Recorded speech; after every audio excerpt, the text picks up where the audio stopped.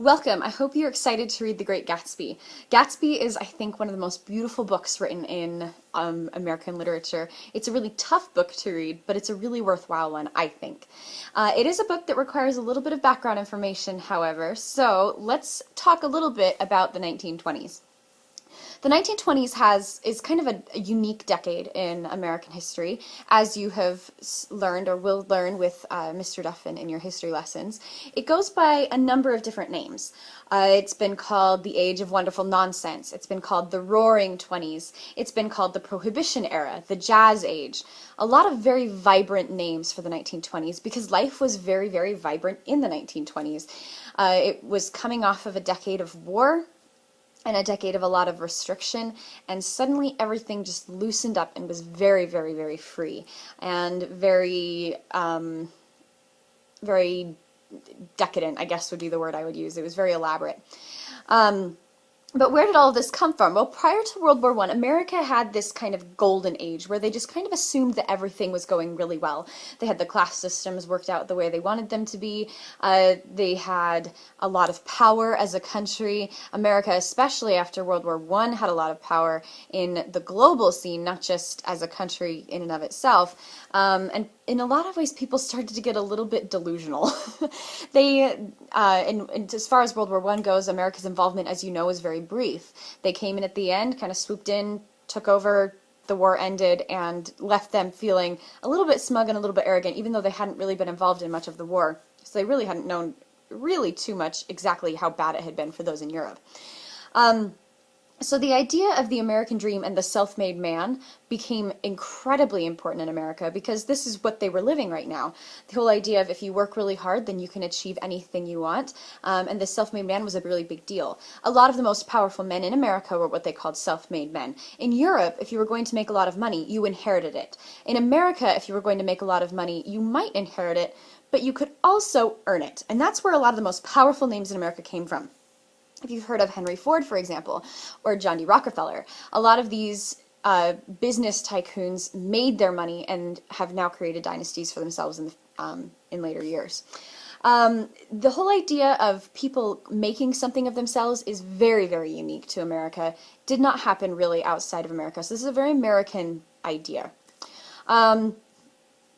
There's also a lot of people in America who don't really believe in a class system that exists like it does in Europe. In Europe, there's not really a lot of mobility between classes. If you're upper class, you stay there. If you're lower class, you stay there.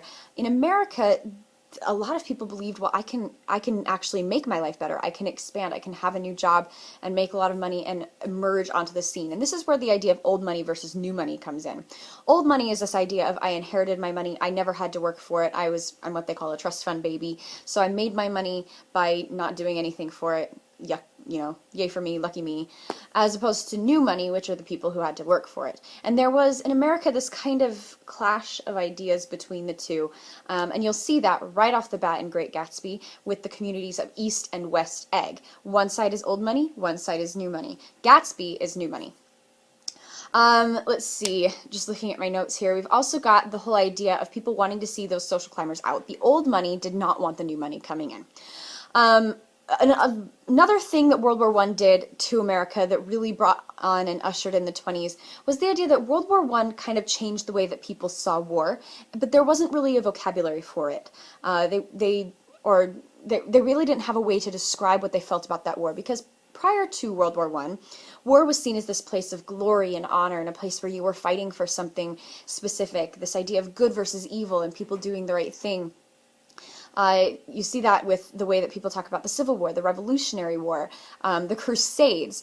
It's this whole idea of knights in shining armor and going out and protecting the homeland. But World War I is a very difficult war to understand. When you talk about it in history classes, it's very confusing because the motivations for why it started and the results of it and what people were fighting for is very, very confusing and kind of convoluted and very disconnected to the public. World War II, not so much. World War II, there was a definite enemy that you could pinpoint, and you'll talk about that when you get to the 40s with Mr. Duffin. But the World War I was kind of tricky, which meant that there were a lot of people who didn't really understand what they had just been through after World War I. There was no glory or honor in World War I. People felt like it didn't really have a point.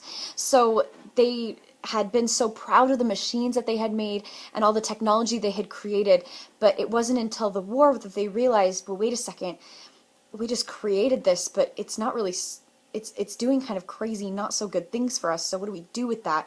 The power kind of took control and got way away from them. So when soldiers came home, they really didn't know how to express what was going on. Now we would call it post-traumatic stress disorder, but back then they didn't really have any idea. In fact, one of the supplementary activities for the 1910s and 1920s are a bunch of poems from war poets, so that you can see how people were trying to pinpoint what they were feeling but didn't really know how, and people thought they were a little bit nuts. But that's the soldier experience. The homeland experience, they were still operating under this idea that war was this place of great glory and honor, and they welcomed soldiers back as though it was the best thing that ever happened, and yay for them, and we swooped in and saved everything, and isn't that great? And so they were in this kind of state of delusional grandeur where they had no idea what had actually happened in the war, really. They were very, very delusional. So we have this kind of conflict where you've got the soldiers who've come home who are trying to figure out what to do with their lives, and you've got the people who think that they just lived something really, really great. And now we're going to enter the 20s, which is where everybody kind of pretended that everything was fine, even though it really wasn't. So a lot of the 1920s is built around this idea of a facade. A facade is a mask that you put on. It's something that isn't normal, it's not real, it's not who you really are, but it covers what you actually do. In fact, if you get the chance, you can look up the song Facade from the musical Jekyll and Hyde. It talks a lot about facades in there and kind of how they function in society, and that's a good song for you to look at. Gatsby itself is full of characters who wear masks. Almost nobody in the entire book is as they appear to be all the time. They're constantly putting on a show for those around them, which makes them really very difficult to like as characters. There are a lot of people in here that are very, very frustrating. They rely only on their ability to save face and give people the image that they want to see. You will be very frustrated with this if you're really getting into the book. You'll be very frustrated with these characters because they're just, you just want to grab them by the neck and shake them and just be like, why can't you just be yourself? But they don't really know who they are because they're so used to putting on this face of everything's great and everything's doing well, like going well, and everything's happy, when it really isn't. Another theme of Gatsby is this idea of living for the past. A lot of the 1920s was this kind of, because of what they just been through at the war, this kind of delusional attempt to regain the golden days, only with even more elaborate ideas and lifestyles because they had just conquered in the war. So a lot of the people in the book, particularly Gatsby and Daisy, are trying to attach themselves to a past that doesn't really exist anymore. Gatsby, of course, is the very, very definition of somebody who's living for the past, and you'll find that as soon as you meet him a little bit later in the book. They try and pretend that things are going to be okay and everything's going to be fine, but it really won't be. It's too late.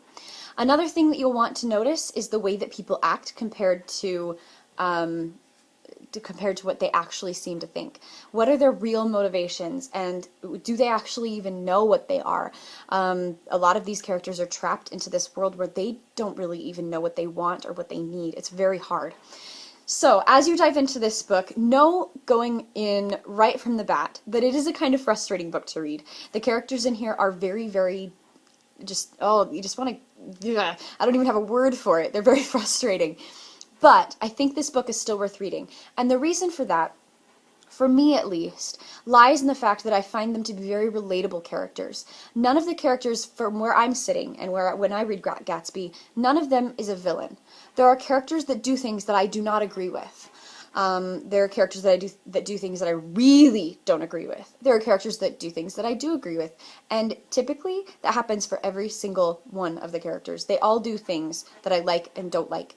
They're not very cut and dry characters. There's a lot of ambiguity. And I think that's a good lesson for us as readers, because it's easy, and we like to, when we're socializing with those around us, and when we're working with our families and our friends, we like to be able to see things as black and white. People are either all good or they're all bad. But that's rarely true. Most of the people you meet are both good and bad, and that's how all the characters in Gatsby are. I find this book to be very real, and just the language in this book is absolutely exquisite. So I hope that as you go into Gatsby, you have a really good time. Take your time as you read this book. If you rush through, you'll have a really hard time picking up on a lot of the beauty in the story.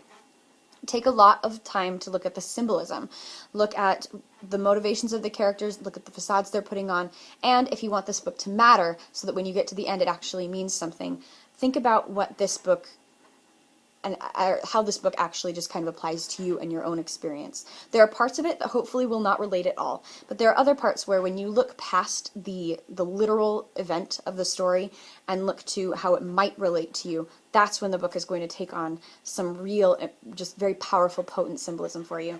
I hope that you enjoy the first bit of Gatsby as you dive into reading, and look forward to talking more about it with you as we move forward.